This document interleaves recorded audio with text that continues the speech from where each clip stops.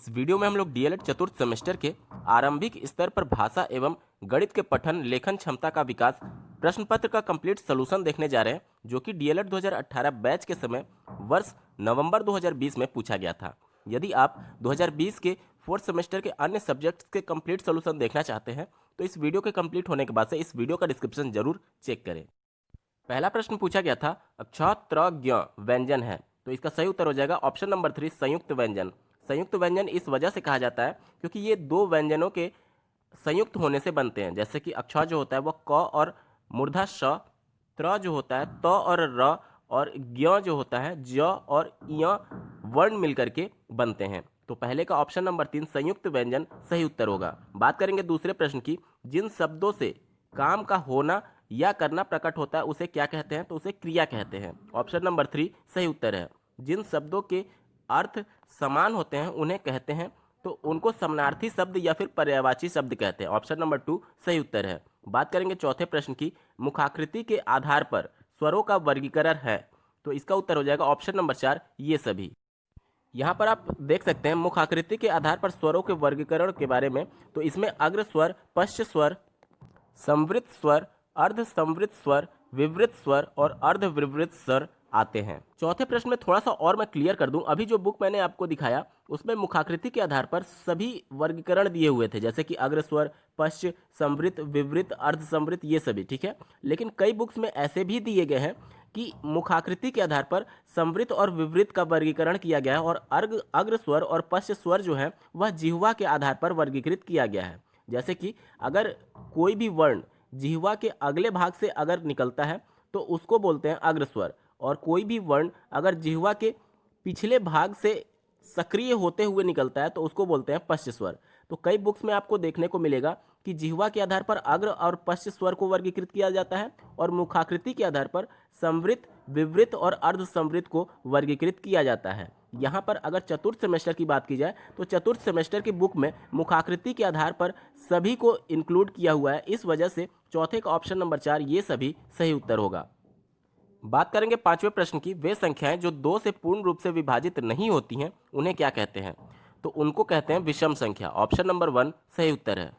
बात करेंगे छठे प्रश्न की, एक परिमेय संख्या को किस रूप में व्यक्त किया जा सकता है। ऑप्शन नंबर 2 p/q सही उत्तर होगा। सातवां प्रश्न है, शून्य की खोज कहाँ हुई थी। ऑप्शन नंबर 4 भारत इसका सही उत्तर है। आठवां प्रश्न था 990 में 9 का स्थानीय मान है। देखिए जो दहाई वाले 9 का स्थानीय मान हो जाएगा आपका 90 और सैकड़े वाले 9 का स्थानीय मान हो जाएगा आपका 900। यहाँ आप देखेंगे 90 और 900 किसी में नहीं दिया गया है, तो ऑप्शन नंबर 4 कोई नहीं इसका सही उत्तर है। बात करेंगे 9वें प्रश्न की, आंचल में दूध और आंखों में पानी का है, तो ऑप्शन नंबर 1 मैथिली शरण गुप्त इसका सही उत्तर होगा। 10वां प्रश्न पूछा गया था, 1 से 9 तक की संख्याओं का ज्ञान छोटे छात्रों को किन माध्यमों से कराया जाना चाहिए। यहाँ पर देखिए छोटे बच्चों को संख्या का ज्ञान खेल विधि द्वारा, कविता द्वारा, मूर्त वस्तुओं द्वारा, उपरोक्त सभी के माध्यम से कराया जाना चाहिए, क्योंकि बच्चों मूर्त चीज़ों को देखकर जल्दी सीखते हैं और खेल खेल में अगर उनको पढ़ाया जाएगा तो वो ज़्यादा इंटरेस्ट लेंगे। और कविता जो भी चीज़ें लय में बताई जाती है, जैसे कि आप देखेंगे बच्चे कविता जल्दी याद कर लेते हैं, क्यों, क्योंकि उनमें लय होता है। इस वजह से सभी के माध्यम से बच्चों को 1 से 9 तक की संख्याओं का ज्ञान कराना चाहिए, यानी कि 10वें का ऑप्शन नंबर 4 उपरोक्त सभी इसका सही उत्तर है। 11वां प्रश्न पूछा गया था, निम्नलिखित में से दंत व्यंजन है। देखिए त वर्ग जो होता है उसका उच्चारण स्थान दंते होता है, ठीक है। तो त, थ, द, ध, न, आप देखेंगे ऑप्शन नंबर 4 न जो है वह दंत व्यंजन होगा। 11वें का ऑप्शन नंबर 4 न सही उत्तर है। 12वां प्रश्न पूछा गया था, सबसे छोटी सम अभाज्य संख्या है। देखिए अभाज्य संख्या उसको कहते हैं जो सिर्फ 1 से और स्वयं से विभाजित होता है। यहाँ पर देखेंगे सबसे छोटी सम अभाज्य की बात की जा रही है, तो ऑप्शन नंबर 3 2 इसका सही उत्तर होगा। 13वां प्रश्न पूछा गया था, 22 × 34 का गुणनफल है, तो इसका सही उत्तर हो जाएगा ऑप्शन नंबर 1 748। 14वां प्रश्न था, गणित की मूल संक्रियाएं हैं, तो देखिए जोड़, घटाना और गुणा भाग, इन चारों को गणित की मूल संक्रियाएं बोला जाता है, यानी कि ऑप्शन नंबर 3 1 और 2 दोनों इसका सही उत्तर है। 15वां प्रश्न था, त वर्ग का उच्चारण स्थान है। ऑप्शन नंबर 4 दंत इसका सही उत्तर होगा। कंठ से क वर्ग का उच्चारण होता है और ओष्ठ से प वर्ग का उच्चारण होता है। प्रश्न में आपसे त वर्ग की बात की गई है। ऑप्शन नंबर 4 दंत इसका सही उत्तर है। अब बात करेंगे अति लघुत्तरीय प्रश्नों की। 16वां प्रश्न पूछा गया था वर्ण का अर्थ बताइए। तो किसी भाषा की सबसे छोटी इकाई को वर्ण या फिर ध्वनि कहा जाता है। बात करेंगे 17वें प्रश्न की। हिंदी भाषा सीखने के प्रमुख अंग कौन से हैं। तो हिंदी भाषा को सीखने के प्रमुख 4 अंग होते हैं। पहला श्रवण, दूसरा वाचन, तीसरा पठन और चौथा लेखन।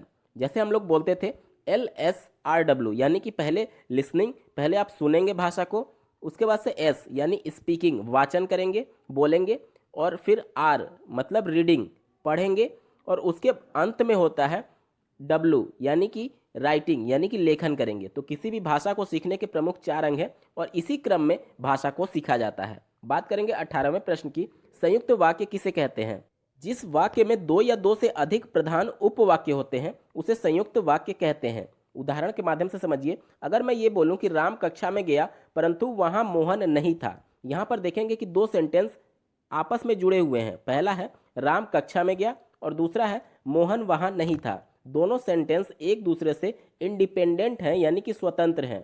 ठीक है, दोनों सेंटेंस को जोड़ने के लिए परंतु का यूज किया गया है, लेकिन दोनों सेंटेंस आपस में प्रधान है, दोनों सेंटेंस स्वतंत्र हैं। इसकी वजह से संयुक्त वाक्य की परिभाषा यही होगी कि ऐसे सेंटेंस जिसमें 2 या 2 से अधिक प्रधान उपवाक्य होते हैं उनको संयुक्त वाक्य कहते हैं। 19वां प्रश्न था कहानी शिक्षण से आप क्या समझते हैं।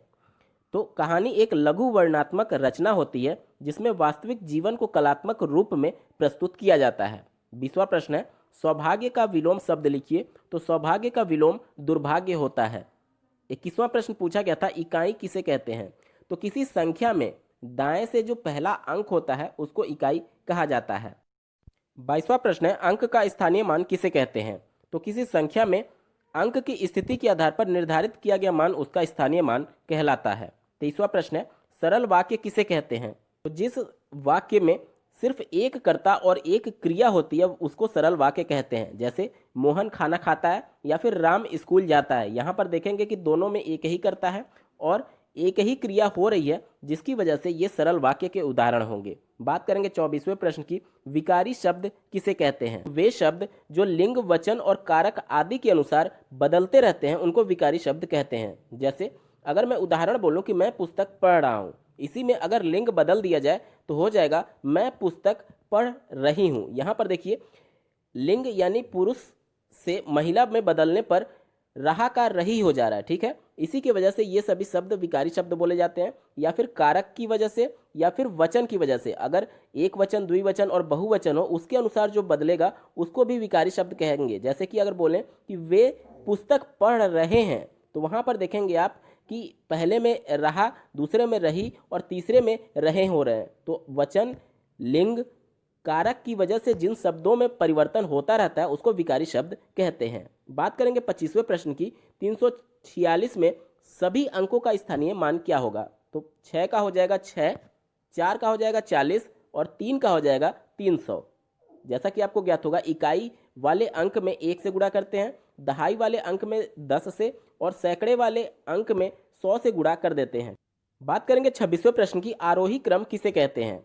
तो किसी संख्याओं के क्रम को व्यवस्थित इस प्रकार से किया जाए कि सबसे छोटी संख्या सबसे पहले, उससे बड़ी उसके बाद, उससे बड़ी उसके बाद व्यवस्थित किया जाए तो इसको आरोही क्रम कहते हैं। सामान्य भाषा में बोला जाए तो संख्याओं के बढ़ते हुए क्रम को आरोही क्रम के नाम से जाना जाता है।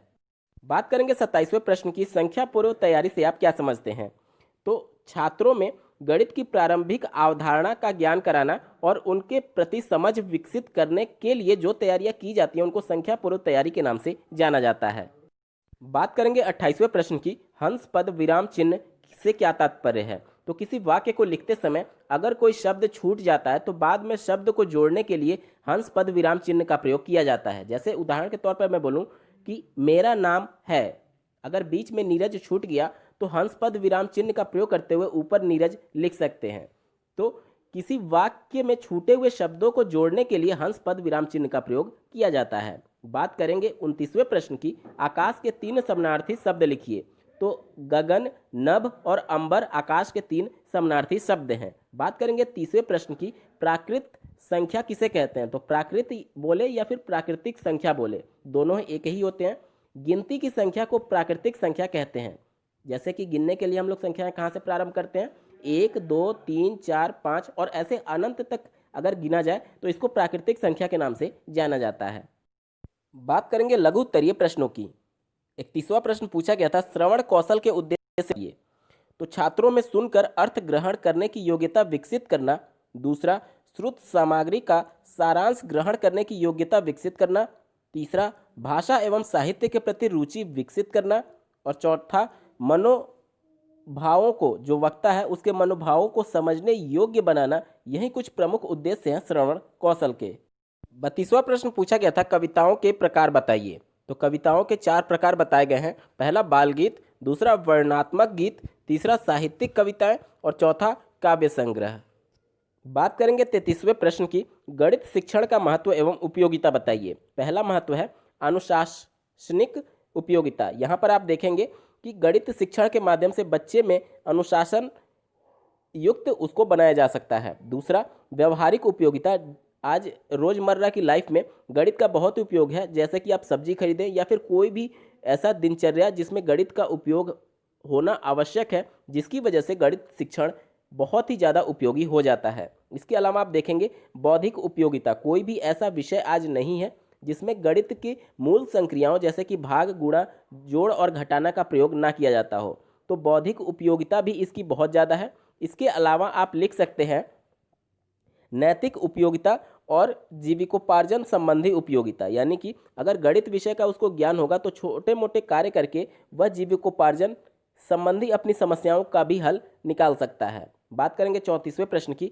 देवनागरी लिपि की विशेषता बताइए। यह लिपि पूर्णतः वैज्ञानिक है। इसके जो भी वर्णों का क्रम है वह एक तरीके से वैज्ञानिक माना गया है। इसके अलावा आप कह सकते हैं कि प्रत्येक उच्चारण के लिए अलग अलग वर्ण बनाए गए हैं। दूसरे लिपियों में आप देखेंगे तो एक ही वर्ण का उच्चारण अलग अलग तरीके से किया जाता है। इसके अलावा इनकी जो लिखावट होती है वह सुगठित होती है। तो ये कुछ महत्वपूर्ण विशेषताएं आप लिख सकते हैं। 35वां प्रश्न पूछा गया था, संख्याओं को गिनना एवं पढ़ना सिखाने की किन्हीं 2 विधियों का उल्लेख कीजिए। गिनना और पढ़ना सिखाने के लिए 2 गतिविधि आप लिख सकते हैं। पहला चित्र विधि के माध्यम से और दूसरा लिख सकते हैं कि तिल्लियों को भौतिक रूप से उसको दे करके गिनना और पढ़ना सिखाया जा सकता है। 36वां प्रश्न था, बच्चों को तिल्लियों के माध्यम से जोड़ कैसे सिखाएंगे। अगर मान लीजिए कि बच्चे को 2 में 3 जोड़ना सिखाना है तो सबसे पहले बच्चे को 2 तिल्ली देंगे, उसके बाद फिर 3 तिल्ली उसको देंगे और फिर दोनों को जोड़ करके बताने के लिए बोलेंगे कि अब आपके पास कुल कितनी तिल्लियाँ हो चुकी हैं, तो उसका जवाब होगा 5। इस प्रकार से तिल्लियों के माध्यम से बच्चे को जोड़ना सिखाया जा सकता है। बात करेंगे 37वें प्रश्न की, लेखन की विधियों का उल्लेख कीजिए। कि पहला अनुकरण विधि, बच्चे को उसकी पुस्तक में या फिर श्याम पट पर एक लेख लिख करके दे दिया जाता है और उससे अनुकरण करने के लिए बोला जाता है कि आप इसी को देख करके लिखना सीखिए। इसको बोलते हैं अनुकरण विधि। दूसरा होता है लॉजी की रचनात्मक विधि। इसमें क्या होता है कि सबसे पहले उल्टा, अर्धवृत्त और वृत्त और ऐसे तिरछी, खड़ी, टेढ़ी रेखाएं खींचना पहले बच्चे को सिखाया जाता है। जब उसकी इंद्रियों पर पूरा कंट्रोल हो जाता है तब जाकर के उसको बच्चे को लिखना सिखाते हैं। इसको बोलते हैं पेस्टोलॉजी की रचनात्मक विधि।